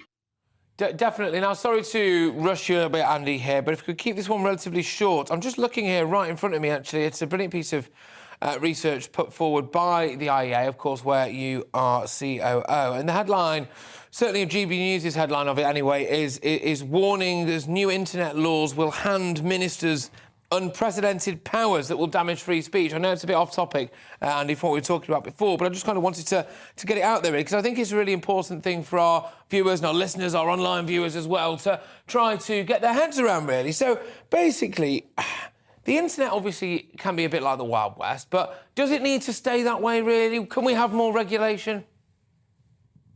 Well, you could always have more regulation, but the cost of that is extreme. I mean, it's not just extreme in terms of the risks to free speech. If you create the situation where the regulator Ofcom is responsible for deciding what is and isn't acceptable or harmful speech, then the internet companies themselves, to avoid massive fines, will err on the side of caution, and we call this a chilling effect on free speech, because people overreact. So they decide to take things down just on the say-so of somebody making a complaint or claiming offence. And that's dangerous. I mean, it ends up with people not being able to say things on Twitter that are perfectly reasonable and not breaking any law. In terms of actual costs, the government's own assessment was £2.5 billion of the cost of imposing this regulation, and we consider that to be a gross underestimate. It was estimated, for example, that the legal fees would only be £40 an hour, and those barristers currently going on strike, well, they're in a much lower paid legal profession than the commercial lawyers, and it's a heck of a lot higher than that, 5 to 10 times higher. Andy, thank you very, very much. Expertly done, as always. My good man, Andy Mayer there, of course, here at the IEA. Yes, now, Claire, I'll bring you back in. Of course, Claire Pistol has been here throughout the show. I mean, what did you make of the free speech element, first and foremost, really, that we were just talking about there? I mean, you know, the idea that the state could maybe reach online, I suppose, and put a regulator in charge more of online content, really, and whether or not that will have an impact on free speech. I think it will have a huge impact on free speech, and more regulation in some areas is welcomed. But that was quite interesting, that the underestimation of how much it's going to cost is enormous. And who is going to enforce it, and what happens when these companies are based outside the United Kingdom, as quite a lot of them are. And social media companies, you know, where's their responsibility lie? And I just feel really uncomfortable with heaping more regulation onto it. I also do feel that perhaps we all need to be a little less offended by stuff. Absolutely. And you'll know, but as well as I do, that you get abuse online, on social media, and you just have to park it. You can't take it all to heart. No, because, exactly. you know, that's the world we live in. I couldn't agree more on that one. Well, obviously, we were initially talking to Andy Mayer there from the IEA about whether or not we can essentially give everyone a pay rise. How do you feel about the barristers going on strike? We touched on it earlier, didn't we, really? I'm not sure how much public sympathy there's going to be for them. I think it's minimal public sympathy, and I think this is the start of, as you say, the summer of discontent. You have the airport sector going to go on strike. Teachers are threatening to strike come the autumn. Who's going to be next? It just seems at the moment, if you don't get your own way, you're going to go out on strike.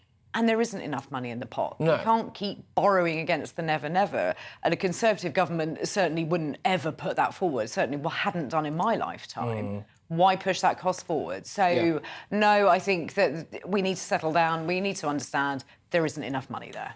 Good stuff, Claire. As ever, you are, of course, joined by myself as well. Patrick Christie's here, right here on GB News, on TV, online and on digital radio.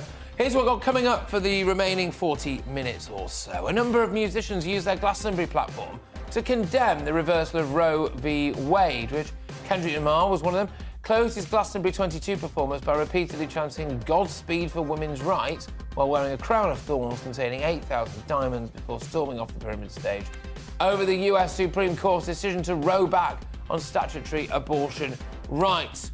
But were they right to do so? What does it actually really mean? We're going to get stuck right into that after a very, very short break. Stay tuned.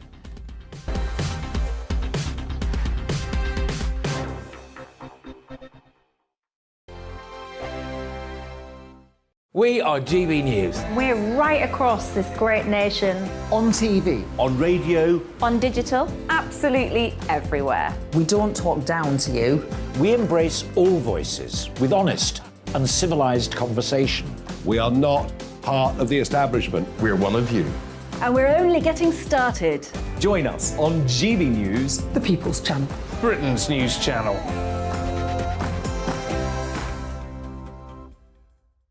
Hi there, it's Stephen and Anne. At breakfast from 6 a.m, you'll always be caught up with everything you need to know, the latest headlines, opinions and debates. We'll bring you the good news and the bad, but most of all, we're here for you. Remember, send in your views and let us know what you would like us to talk about. That's because we're your news channel. And every morning at 6 a.m, it's breakfast on GB News. My name's Tom Harwood and join me 9:30 a.m. every weekday for The Briefing, your one-stop shop for everything you need to know about what's going on in politics today. I wonder if this is a deal that might need to be like the biscuits in this factory, twice baked. Is there not an opportunity here to win out against the extremes? Tom Harwood, GB News. What are you going to do about it? Things should have been done differently, and they certainly are being done differently. Don't miss it. The Briefing with me, Tom Harwood, 9:30 Monday to Friday on GB News. Where would you like to go? Just take me to the studio, please, mate. You know where you're going. I've got a show to do. Friday Night Feast on GB News, 7 p.m. And it's like nothing you've ever seen before. We take a different angle on the week's biggest news stories. The viewers and listeners set me some absolutely mad challenges to do. We tried to rehome a rescue dog. And yes, there's some other wacky stuff in there as well. I feel like I could take on the world. Well, that's that. Friday Night Feast with me, Patrick Christie's, every Friday, 7 till 9 p.m. on GB News. Be there.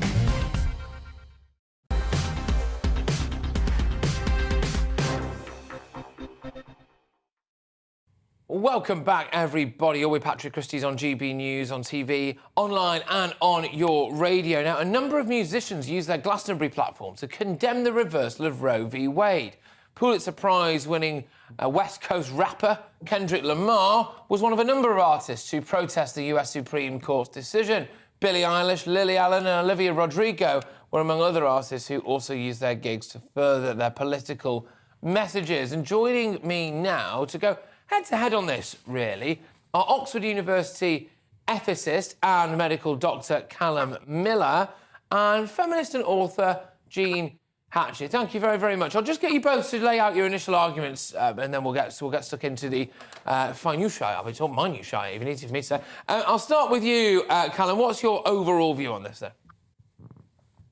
Well, I think there's obviously been a lot of discussion about this, and I think a lot of misinformation, and really what you find is that there's not very good information about what Roe v. Wade actually said. So this was a judgment in the 1970s, before widespread ultrasound, before we knew much about how life developed in the womb.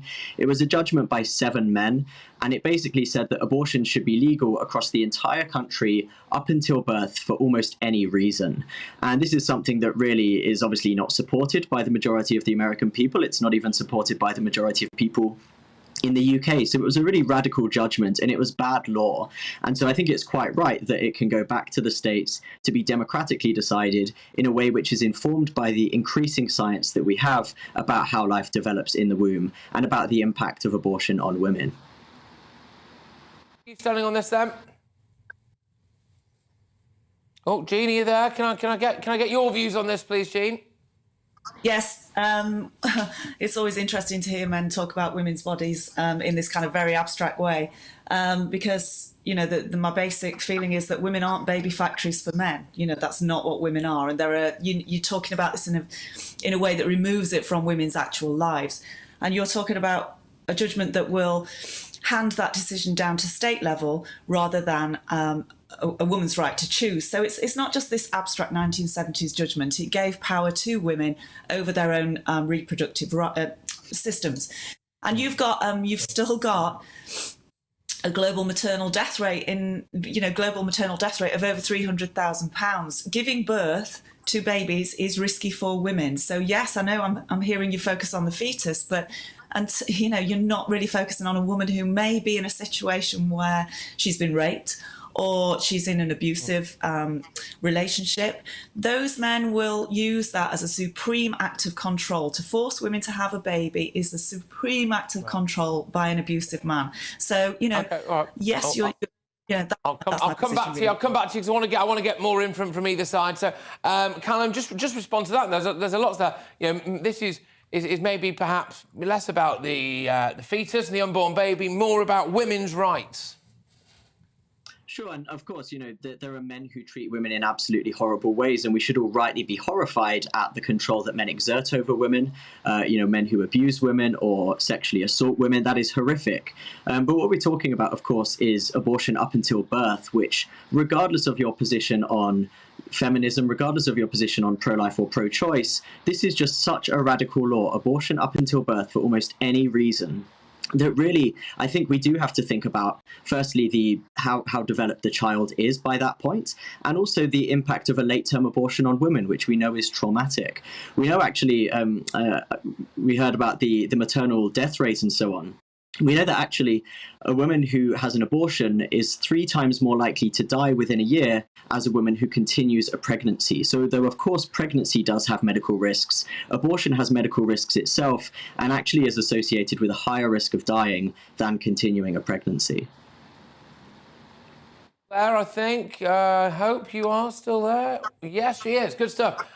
Jean, just bringing you back into that then. Obviously, you kind of said as well there about men maybe exerting their power over women's bodies. I mean, do you think that like when you hear Callum talk then, do you not think he's got any right to have an opinion on abortion because essentially he's got a penis? Well, I think that's another issue altogether, isn't it? We're in a situation where no one can actually say what a woman is until it's time for her to have to give birth. And, that's something else that these celebrities ought to be speaking out in favour of as well, that we can establish who does actually give birth, and it's women. I mean, I don't think those kind of... what Callum said is that it's up to the point of birth. In reality, most abortions for most women are not at that sort of late term, and they are absolutely necessary for women. And it's an easy thing for me to say, have you ever needed an abortion, Callum? Because the answer will be no. Of course it won't, because you're male. And so it's really difficult for female people to hear male people having an opinion on women producing babies for men at their behest. And again, we're talking about situations where women should have the right to choose in situations of abuse, or when women have been raped or sexually assaulted in other ways that have led to childbirth. So You know, I can't see that. And 26 states are immediately going to ban abortion. So that's going to be 26 states. And who are you talking about here? You're not talking about women like me, who now that I'm, you know, you're not talking about me anyway, I haven't got a womb, but you're not talking about middle class women, you're not talking about women who've been educated or women who've now got a job, etc. You're talking about the poorest women in the United States, predominantly. Women, working class women, women of colour, are going to be predominantly disadvantaged by this law. And, you know, I don't agree that any man has the right to decide that they should do that. All right, look, Callum, I'm sorry, we haven't got time to come back. We are running way over, I'm afraid, so apologies about that, but I hope you both felt heard on what's obviously a very emotive topic and, indeed, issue as well. We've got Oxford University ethicist and medical doctor Callum Miller and feminist and author Jean Hatchett just talking about that decision to overturn Roe v. Wade, I suppose, really making it harder, I think, essentially for women to get an abortion. But coming up, Wimbledon served up its first round of matches today with tennis stars from around the world competing to win that top prestigious prize. We'll go live to Wimbledon and get the latest from our reporter Ellie Costello, who's been there all day, I believe. Lucky her. But first, let's bring you up to date with the latest headlines.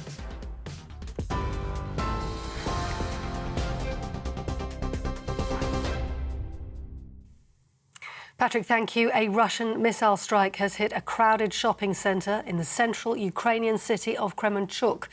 Senior Ukrainian officials say at least 3 people have been killed and 40 more are injured. The country's president, Volodymyr Zelensky, says more than 1,000 people were inside the shopping centre at the time of the attack. Meanwhile, G7 leaders say they'll continue working together to meet Ukraine's need for defence equipment. President Zelensky is also asking for help with grain exports, reconstruction and military aid. And NATO is boosting the number of its forces on high readiness from 40,000 to over 300,000. Secretary-General Jens Stoltenberg confirmed the move ahead of a summit in Madrid this week. He said he expects allies to agree that Russia poses a direct threat to security and the rules-based international order. Here, barristers have been striking across England and Wales over legal aid funding, refusing to accept new cases or step in for colleagues. The Justice Secretary, Dominic Raab, described the action as regrettable, saying it'll only delay justice for victims. And a summit is taking place in Scotland to address the growing number of protests outside abortion clinics. Scottish Green MSP Gillian Mackay has proposed a bill to introduce a 150-metre buffer zone to prevent intimidation and harassment. First Minister Nicola Sturgeon says the event is an important opportunity to reaffirm women's autonomy and their right to choose. And the Queen has travelled to Scotland for the royal family's annual traditional week of events. Her Majesty took part in the Ceremony of the Keys at the Palace of Holyrood House, accompanied by the Earl and Countess of Wessex. You're up to date on TV, online and on your radio via DAB+. You're with GB News.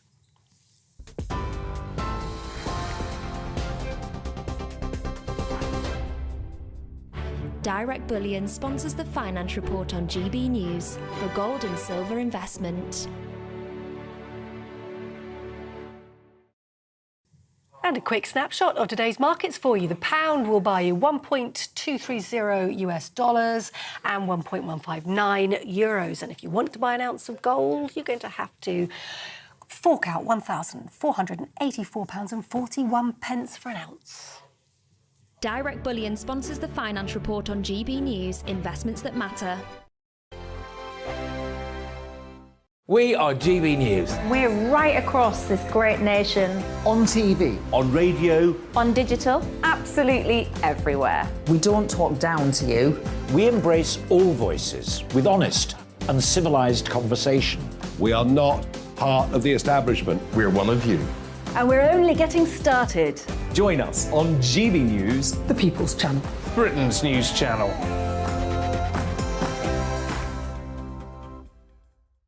Hi there, it's Stephen and Anne.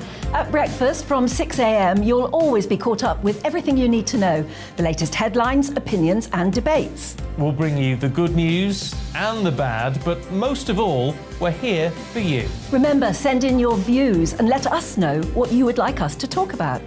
That's because we're your news channel.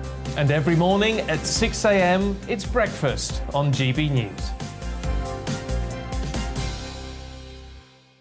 My name's Tom Harwood and join me 9:30 a.m. every weekday for The Briefing, your one-stop shop for everything you need to know about what's going on in politics today. I wonder if this is a deal that might need to be like the biscuits in this factory, twice baked. Is there not an opportunity here to win out against the extremes? Tom Harwood, GB News. What are you going to do about it? Things should have been done differently, and they certainly are being done differently. Don't miss it. The Briefing with me, Tom Harwood, 9:30 Monday to Friday on GB News. Where would you like to go? Just take me to the studio, please, Matt. You know where you're going. I've got a show to do. Friday Night Feast on GB News, 7 p.m. And it's like nothing you've ever seen before. We take a different angle on the week's biggest news stories. The viewers and listeners set me some absolutely mad challenges to do. We tried to rehome a rescue dog. And yes, there's some other wacky stuff in there as well. I feel like I could take on the world. Well, that's that. Friday Night Feast with me, Patrick Christie's, every Friday, 7 till 9 p.m. on GB News. Be there.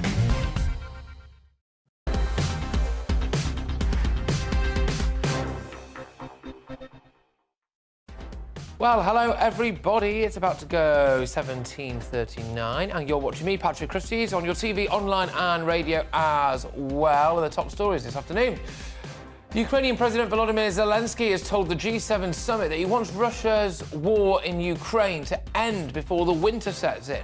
Zelensky addressed leaders in Germany via video link where he asked for reconstruction aid, anti-aircraft defence systems, help on grain exports and security guarantees. Now, barristers in England and Wales have walked out today in a dispute over pay and conditions. The Criminal Bar Association says more than 1,000 cases will be impacted on each day of these strikes. But Justice Secretary Dominic Raab has swung back, saying the strikes would, quote, only delay justice for the victims. And our dear Queen has arrived in Edinburgh with members of her family for the start of a week of royal events in Scotland. The 96-year-old will see the traditional ceremony opening the royal family's Holyrood week as well. And the decision as well to travel to Edinburgh was actually only confirmed this morning. Bless her, she's obviously having a good day, you'd hope, which is nice. Ladies and gentlemen, it's sunshine, tennis, strawberries and cream. Wimbledon is back. That's right, people. Wimbledon served up its first round of matches today with tennis stars from around the world competing to win that top prize. British hopeful Emma Raducanu is currently on centre court, actually, in her first round match. And Andy Murray is due out later as well. I wonder if we could have a double winner, although it'd be quite unlikely that, wouldn't it? But our reporter, Ellie Costello, is actually on the scene right now. Ellie, great stuff. How's your day out in Wimbledon been? Oh, Patrick, it's been great. I mean, we did have some showers earlier, but the sun has come out for us now on day one at Wimbledon. And what a day it has been. You might be able to hear the crowd every now and again. You get a massive whoop and a cheers and an applause. They're going wild for Emma Raducanu. She's on the centre court right now. Obviously, high hopes that she can win Wimbledon after her performance in the US Open last September. The crowd are really getting behind her. They know what to do in there. Lots of cheering for Emma. And Andy Murray will be on later this evening as well. So it could be a good day for the Brits. There have been 9 British players today. So it's been a fantastic day of tennis. And it started really early this morning, 4 o'clock in the morning. Some people arrived on Wimbledon Common, really hoping to get an on-the-day ticket. And I spoke to some of them about what they're most looking forward to at Wimbledon. Yeah, Wimbledon, of course. It's just such a big tournament, and it's so it's so exclusive. You know, it's good to be part of that. This is my Andy Murray hat. It's been on the go since 2013. I just love the whole atmosphere. It's just lovely. Just love the place. It's just been coming every year since 2013, apart from 2. I've missed 2 since then. So. And what's it like to be back after the coronavirus? Oh, it's lovely to have normal life back. So we came all the way from Poland. We came, 5 a.m.? Yes. 5 a.m., yes. And this is a present to your dad, isn't it? It is. Do you like your present? Yes, I think this is very like. For me, I was very happy because my son remember every year of my birthday. And this day, I was 60 years old, and it's very nice. The best gift for me in my life. Well, as you can hear there, so many people just so happy to be back after 3 years away, obviously down to the coronavirus pandemic. But Patrick, this isn't without its controversy. Russian and Belarusian players have been banned from Wimbledon this year, of course, after Russia's invasion of Ukraine. And many high-ranking players, such as Andy Murray and Novak Djokovic, they have come out and said that was unfair on those individual players. But I thought we could end, perhaps, with some trivia for you, Patrick, because I thought you'd enjoy this. I've got Wimbledon in numbers, if you will. So guess, Patrick, how many tennis balls Wimbledon gets through in the 10 days of matches? Have a guess. Oh, it's got loads of courts, and you always hear new balls, please, don't you? You even join much. 5,000. No, way up from there. 54,000 tennis balls are gone through in 10 days. Seriously, 250 ball boys and girls. And what's Wimbledon without Pimm's? Come on, 320,000 glasses of Pimm's across 10 days. I mean, if there's anything Brits can do, we know how to drink, right?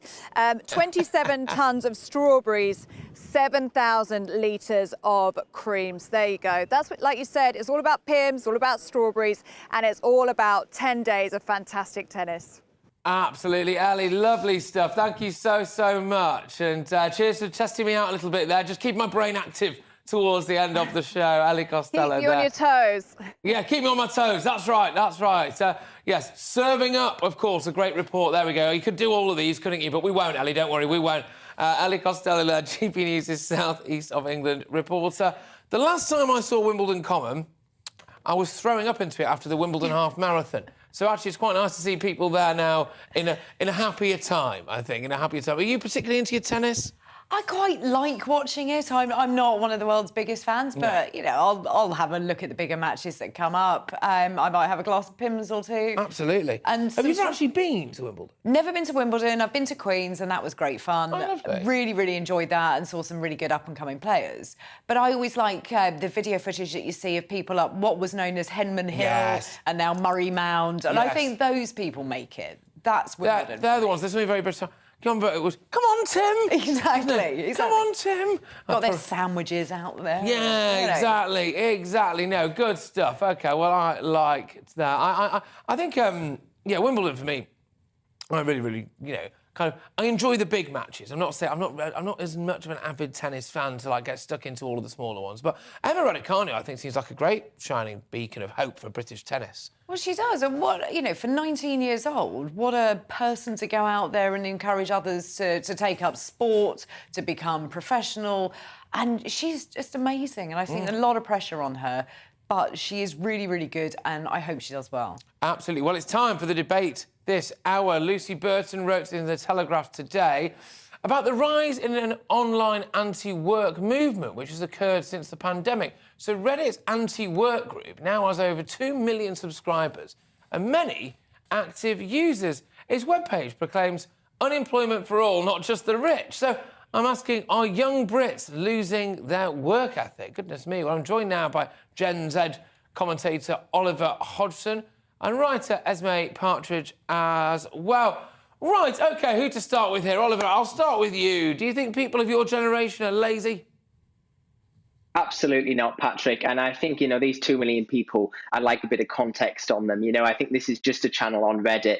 Gen Z are one of the most entrepreneurial generations yet. Yes, we might not be a generation who want to be employed necessarily, but a lot of us are going down that self-employed route.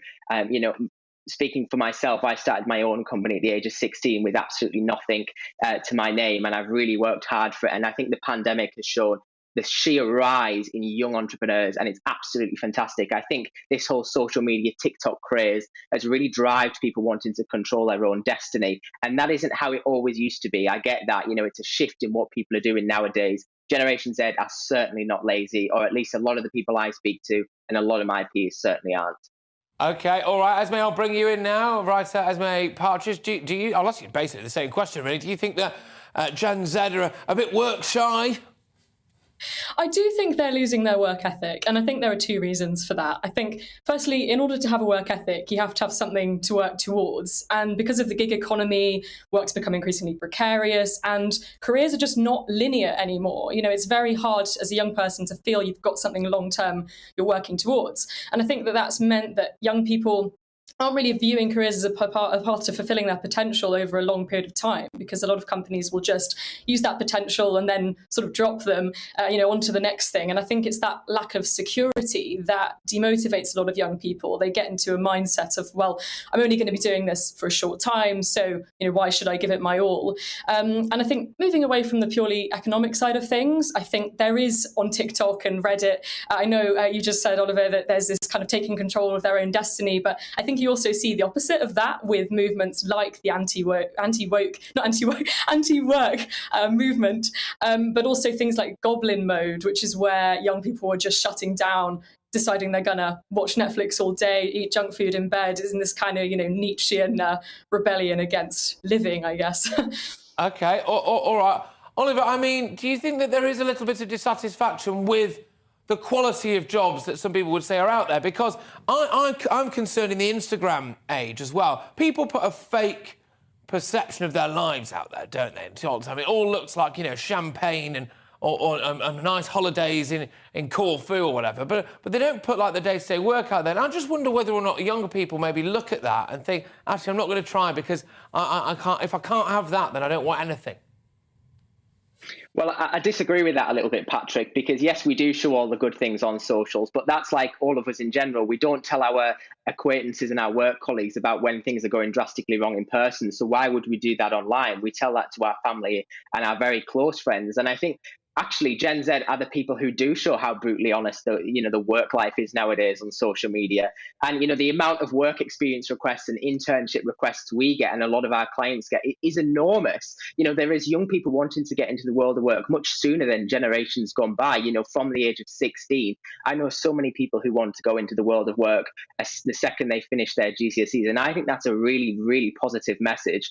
And whether people are, your guest also mentioned the whole, not wanting to do things for as long anymore, and the way, the work environment has changed, where things are a lot more shorter in the gig economy, etc. I don't think that's a bad thing, because we're only on this planet once. What's wrong with multiple opportunities and having career changes, every five years or so? There's nothing. I don't think there's anything wrong with that.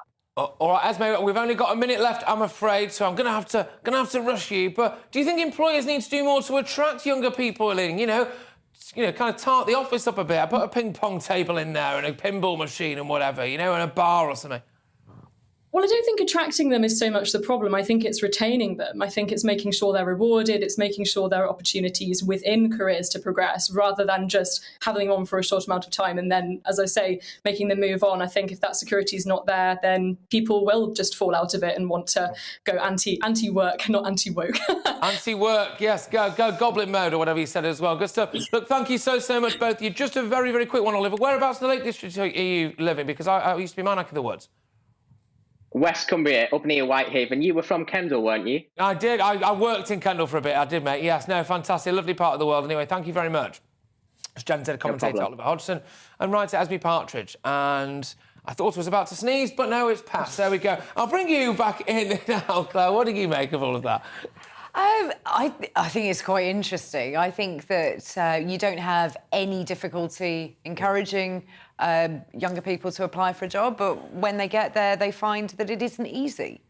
Do you think they want a bit too much? They can't take getting shouted at by a boss these days or anything like that. I mean, some of the tyrants that I've worked for over. Yes. You know what I mean? Absolutely, and you keep your head down and you say yes, no, I'll do that, absolutely, because you want to get on in your job. And I do think that's a real problem. They expect an awful lot, and are not willing to put that in and take some constructive criticism. Yeah. I'm not saying you should need to shout at people, but it's not everyone as well, is it? It's just I think there is a generational thing there.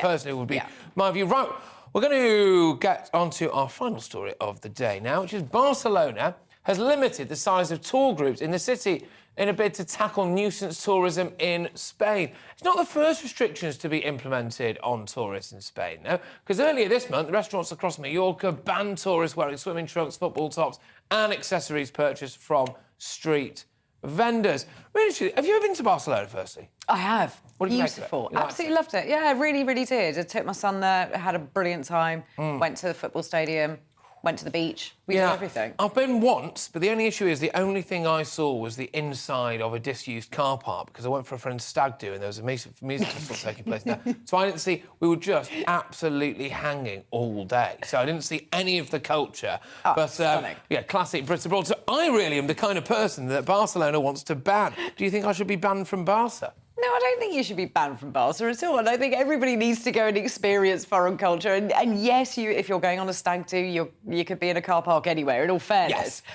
I think you need to ban bad behaviour, but that's not just British tourists. I think that's everybody. Yeah, but I mean, it's also there's things like we do have tourism taxes in some parts of the UK. I believe Edinburgh's quite big for it, especially around the time of the Fringe Festival as well. So it's not the most uncommon thing. And you could see how if you were locals, you know, you wouldn't necessarily want a load of topless Brits with bulldog tattoos, you know, throwing up on your pavement outside every day, would you? You wouldn't, but it's a tourist industry and you have to understand that it's bringing the money into your area. So whilst I can understand that, no, I wouldn't want that outside my front door, it's not forever, it's not all of the time. So I think some year there's a bit of give and take, but I think, you know, you need to look at your own behaviour sometimes and we can all get a little bit stupid. Yes. But sometimes just pull that back a little. OK, there you go. Rein it in is what you're saying. OK, well, look, thank you for that.